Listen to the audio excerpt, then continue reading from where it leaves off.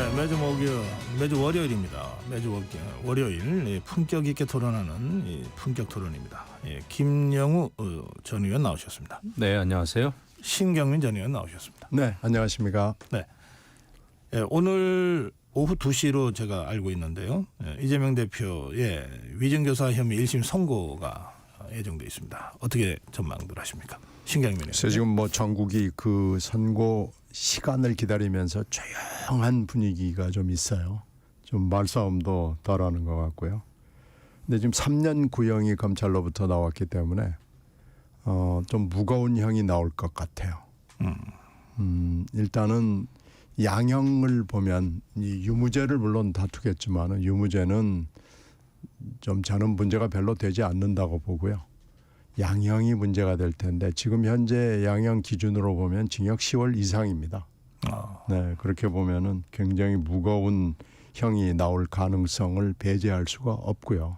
물론 선고는 최종 뚜껑을 열어봐야 되지만 이 위증 교사는 일단은 무거운 형이고 지금 위증 교사는 되게 그래요. 위증 교사의 전형적인 그 전범이라고 그럴까 상례가요.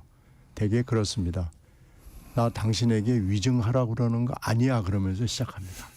그러니까 생각나는 대로 기억나는 대로 뭐 얘기를 해줘요 라고 부탁을 해요. 근데 저는 뭐 기억이 잘 안 납니다. 뭐 잘 모르겠습니다. 그러면은 그때 그렇게 됐던 거 아니야 이렇게 얘기를 해요. 그러니까 1, 2, 3단계가 분명한 거거든요.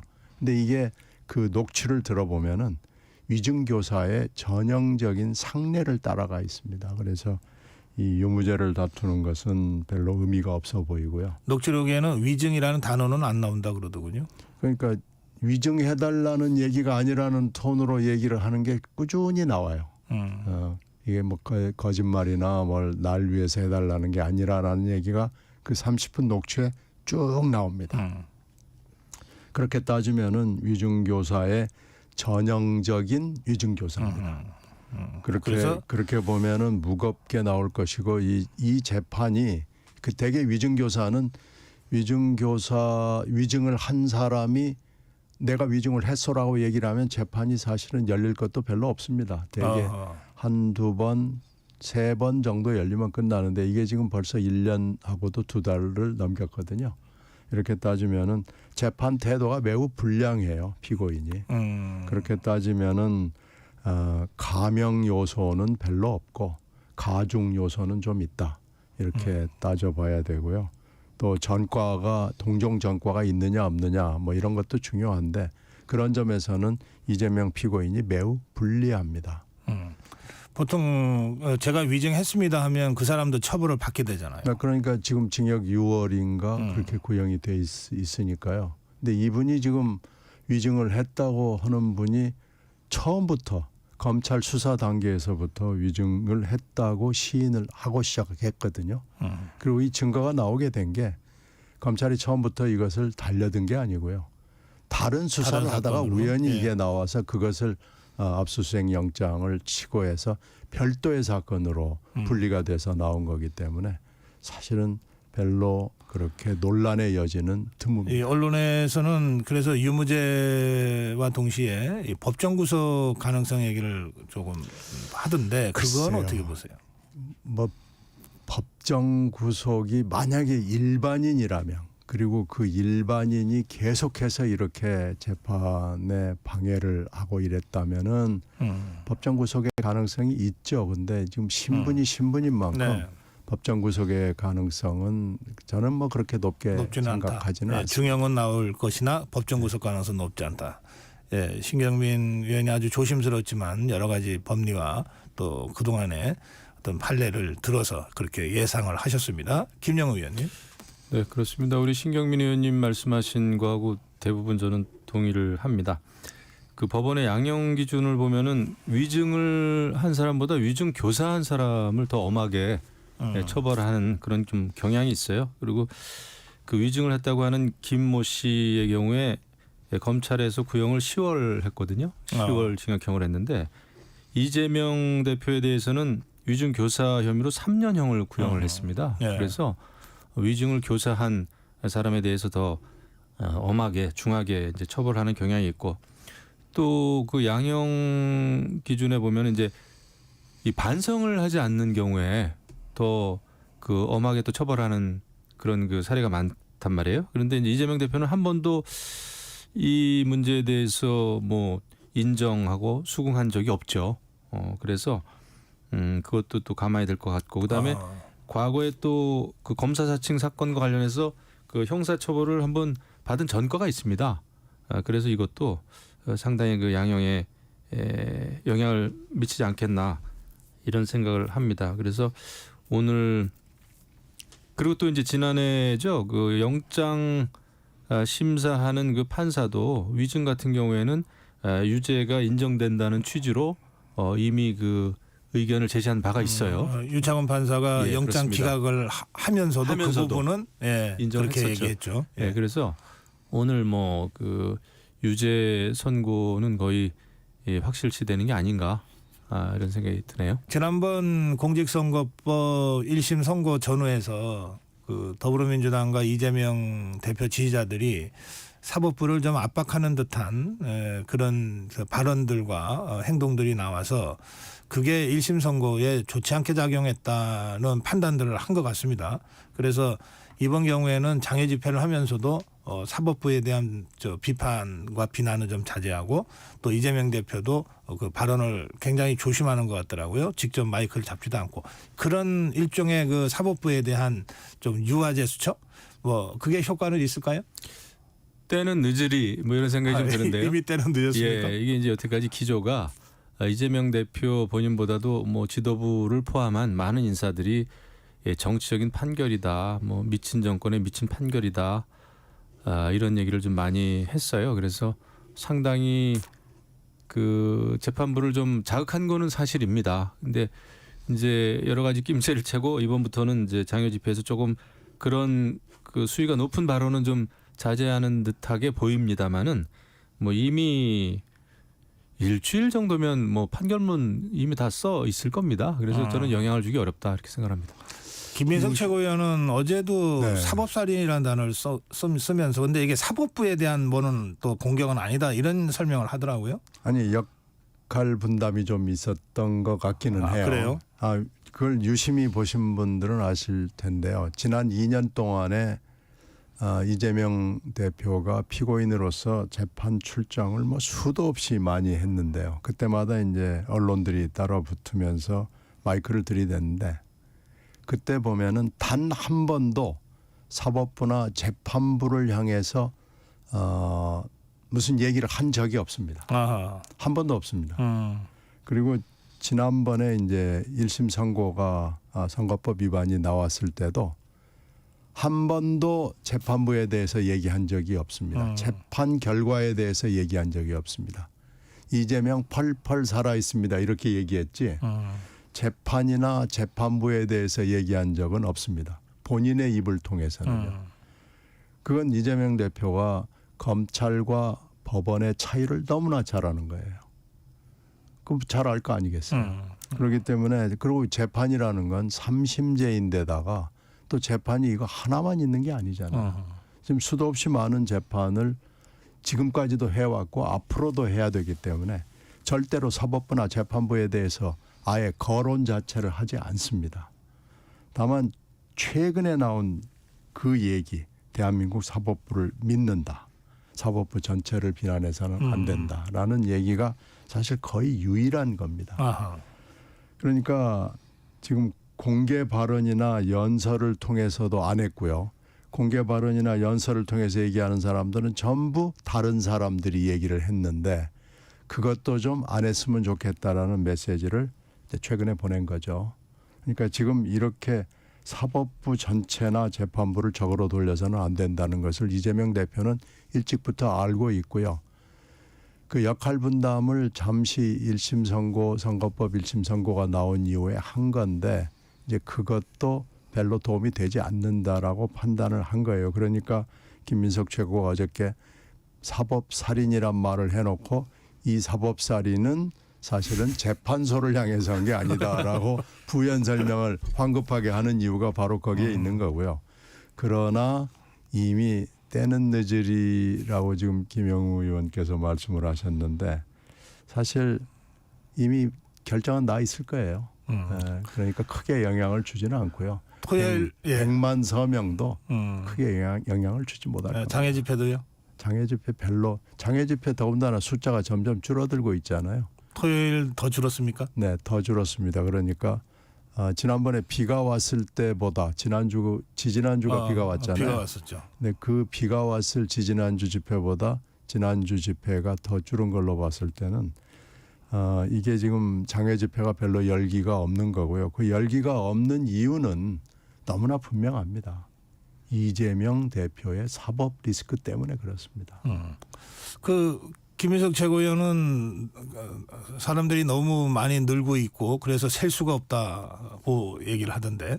그건 정치인은 그렇게 얘기하는 거죠. 정치인은 근데 그렇게 얘기해야 됩니까? 그런데 팩트에 기반을 해야지 그렇게 정치인의 레토릭을 가지고 슬로건적으로 얘기하는 건 그건 386 정치입니다. 예, 어쨌든 더불어민주당은 지난 토요일 집회에는 몇 명이 모였다고는 공식 발표를 하지 않았습니다. 그 전에는 몇 명이 모였다고는 발표를 했거든요. 그게 경찰 추계와 많이 다르더라도 어쨌든 발표하고 주장했는데 토요일 집회는 발표를 하지 않았습니다. 자, 그런가 하면 파란 옷 입고 나오지 말라는 그 당이 공식적인 입장이었던 거죠. 네네. 파란 옷 입고 나오지 마라. 당 깃발 들지 마라. 그런데 저는 토요일 날 그 취재를 위해서 현장을 갔었어요. 뭐 제가 기자는 아닙니다만 어쨌든 현장을 좀 보고 방송하는 게 좋겠다 싶어서 그 파란 옷 유니폼처럼 입고 있는 분들은 안 계시더라고요. 그 전에 집회는 좀 그런 분들이 계셨는데 그런데 제가 재밌게 본 거는 파란색 스카프는 다들 하고 나오셨더라고요. 많은 분들이.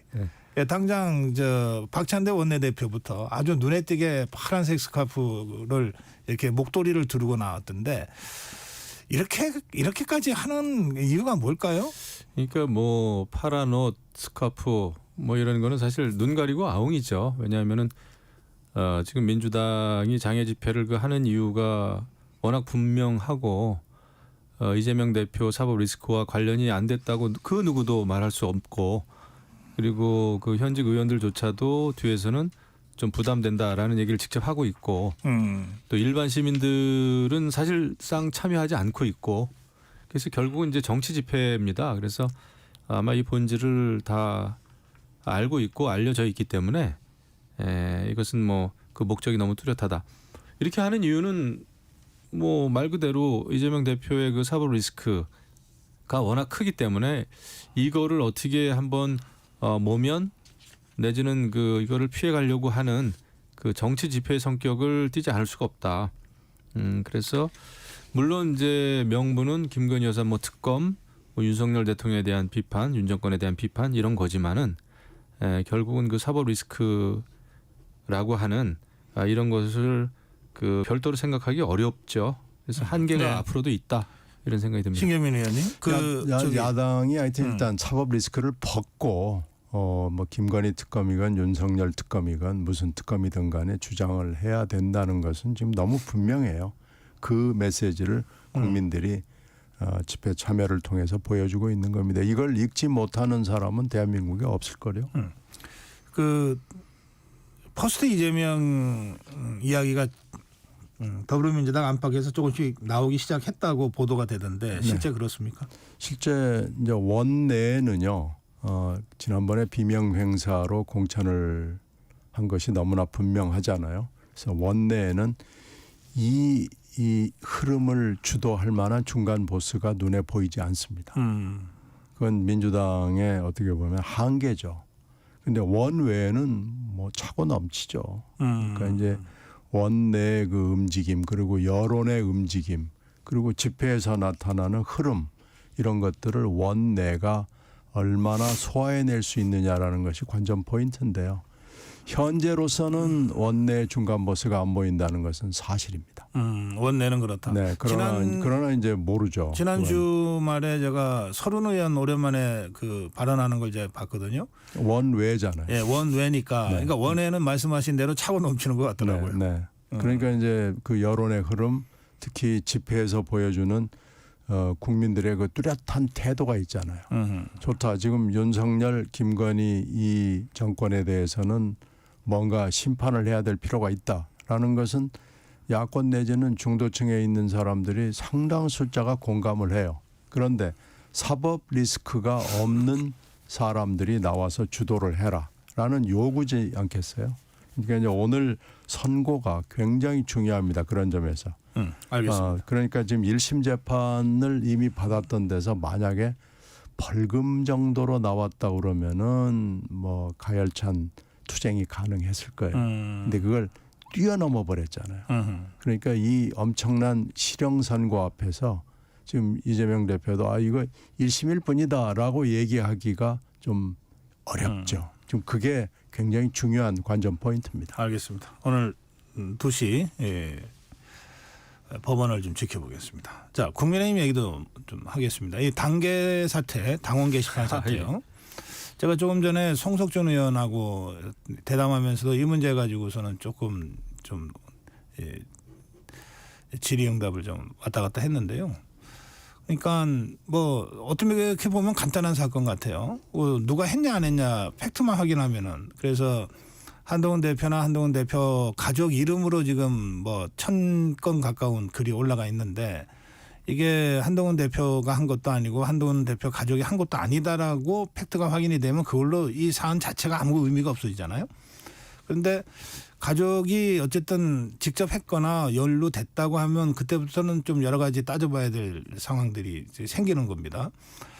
2주 넘게 거의 3주 가까이 됐는데 한동훈 대표가 아직 그 입장 발표를 이를테면 기다 아니다라고 하는 입장 발표를 하지 않는 바람에 그 여러 의원들도 이제 그 한동훈 대표한테 문제를 제기하는 상황까지 왔어요.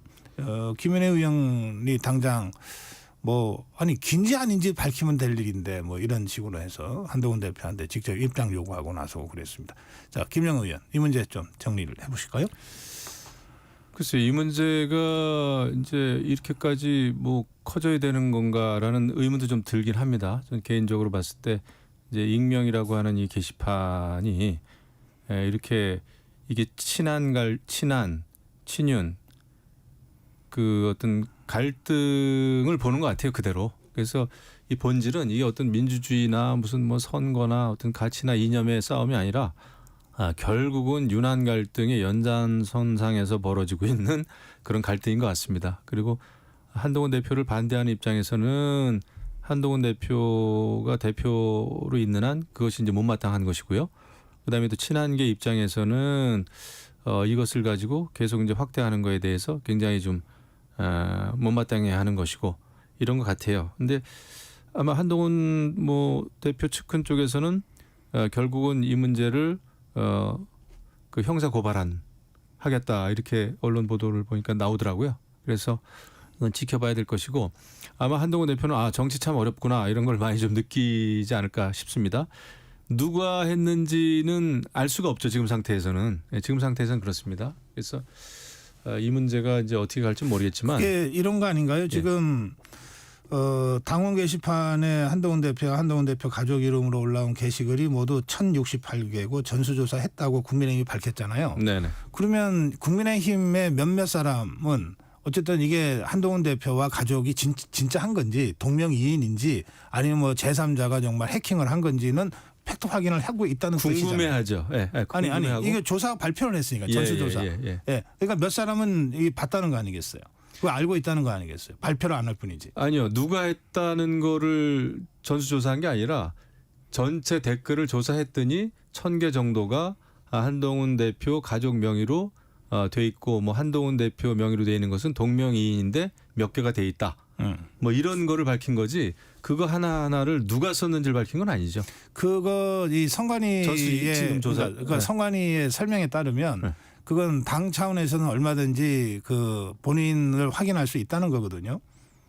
그러니까 당에서 당 지도부가 이걸 못 한다는 건 말이 안 되잖아요. 마음을 먹으면 할 수 있겠죠. 그러니까요. 예. 제 말씀은 그 말씀이에요. 아니요. 근데 당에서도 제가 알기에는 이게 이제 원래 익명 게시판이거든요, 진짜로. 네. 저도 들어가 봅니다. 자주 안 들어가 보지만은.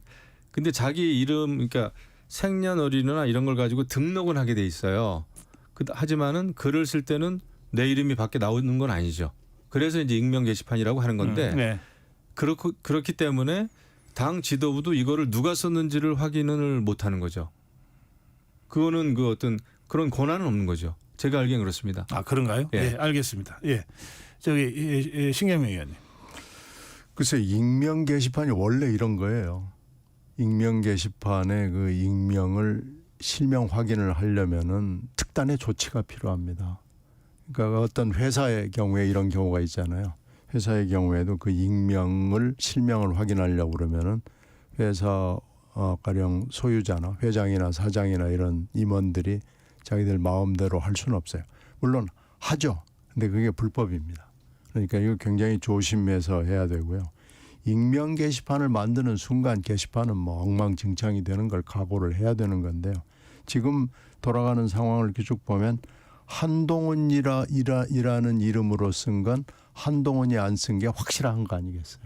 다만 가족, 한동훈 가족 이름으로 된 것은 지금 누가 쓴 건지 잘 모르겠다라는 거 아니겠습니까? 그러니까 이걸 가지고 이렇게 시간을 끄는 건 법률적으로 어쩔 수 없는 측면이 있고요. 이게 사실은 그래서 조사가 아니라 수사가 필요한 부분인데 익명 게시판을 만들 때는 이렇게 엉망이 된다는 것을 각오하고 만들어야 됩니다. 그런데 지금 이걸 가지고 저는 문제 제기를 한 쪽도 문제가 있다고 생각해요. 그 문제 제기를 한 경로가 좀 이상하잖아요. 장해찬 전 최고가 지금 당원도 아닌 분이 계속 최전방에 나와서 싸우고 있는 모습이 밖에서 보기에는 이거 뭐 친윤 대리인하고 친한하고 싸우는 거네. 좀 모양이 별로 썩 아름답지 못하네. 냄새가 나네. 이런 느낌이 듭니다. 그 이제 팩트 차원에서 말씀드리면 장해찬 전 최고위원이 처음 이 문제를 제기한 건 아니고요. 주도하고 있죠. 이제. 아니 그러니까 그 이후에 사태를 주도하고는 있지만 처음에 이 문제를 제기하고 처음부터 이 문제를 가져온 것은 그 일부 유튜버들과 또 당원들입니다. 그리고 이 어떻게 그 여당 게시판에 대통령과 대통령 부부를 비방하는 글들이 이렇게 많이 올라오고 이게 방치되냐라고 하는 문제 제기는 지난 몇 달 전부터 쭉 얘기가 되어 왔던 것들이거든요. 이제 그것이 당 차원에서 제대로 그 정리를 안 하니까 이제 구체적으로 문제가 제기가 된 것이고 여기까지 온 겁니다. 그러니까 그 과정에서 이제 장해찬 전 최고위원도 뛰어든 거죠. 뛰어들다 보니까 뭐 여러 가지 공격력을 지금 이제 주도하고 있는 셈이고요. 자, 뭐 여기까지 하겠습니다.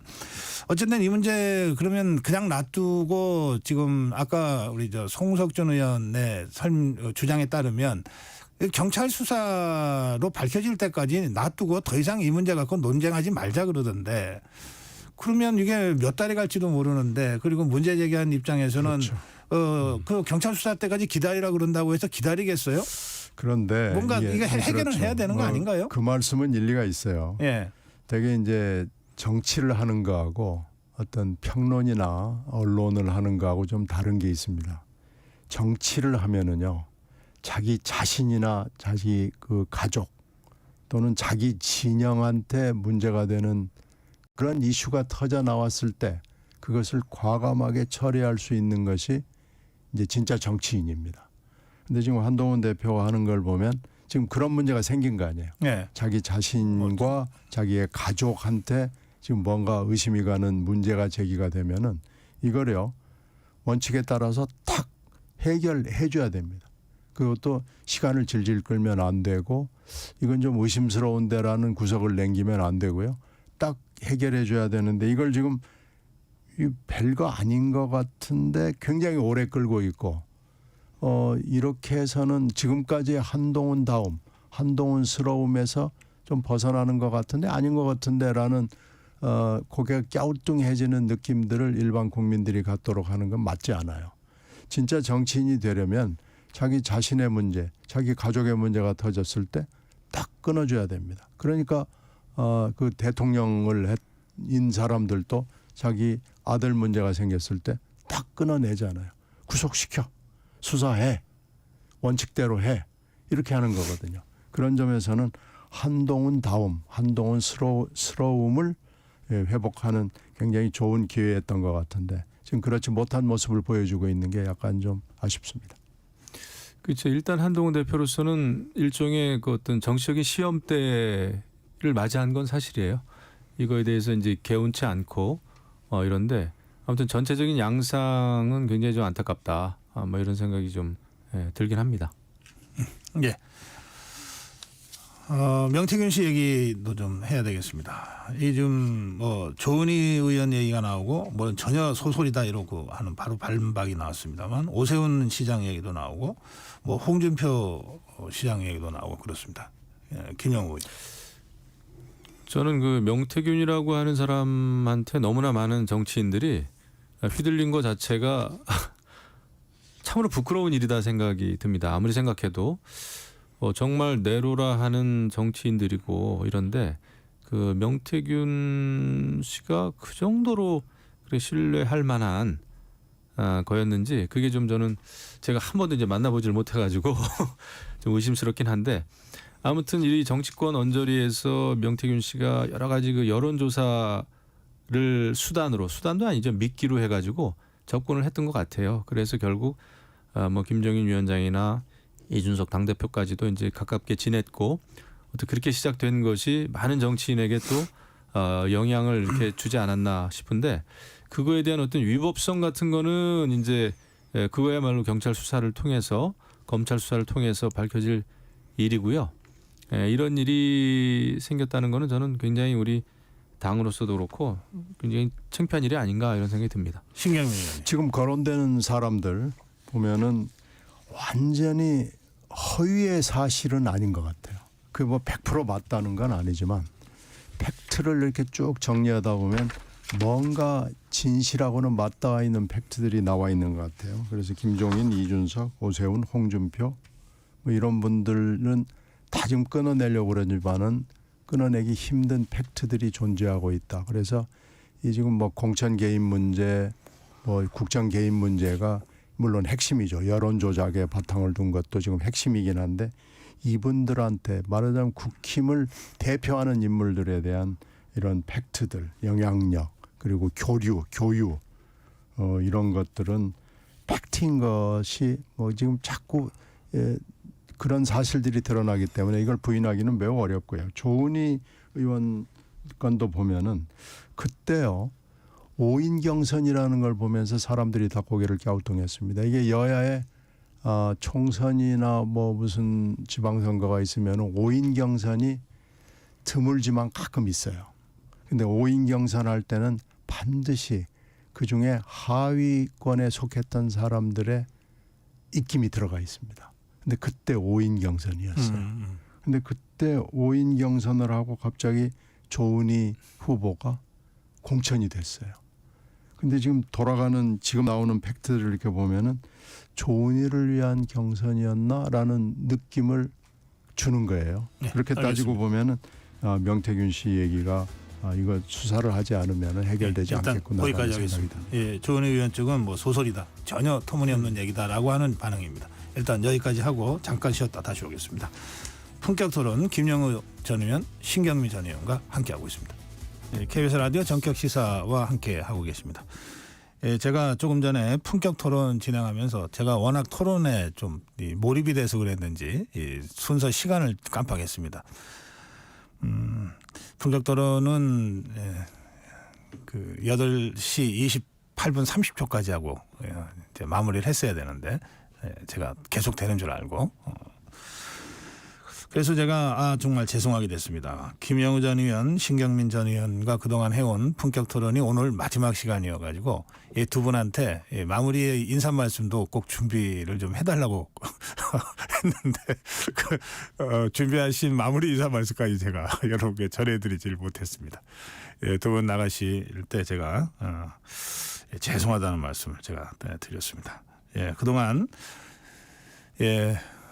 KBS 라디오 전격 시사를 통해서 정말 거칠고 험하기 짝이 없는 이 한국 정치를 그래도 품격을 지켜가면서 그 본질을 핵심을 여러분께 전해 주느라고 정말 고생 많이 하신 김영우 전 의원, 신경민 전 의원께 다시 한번 감사 말씀 드리면서 두 분 보내드리겠습니다. 다른 인연, 다른 기회에 다시 또 모시고 말씀 들을 거라고 제가 생각합니다. 그동안 정말 수고 많이 하셨습니다. 자, 이제 위클리 정치 진행하겠습니다. 원영석 변호사와 함께하겠습니다.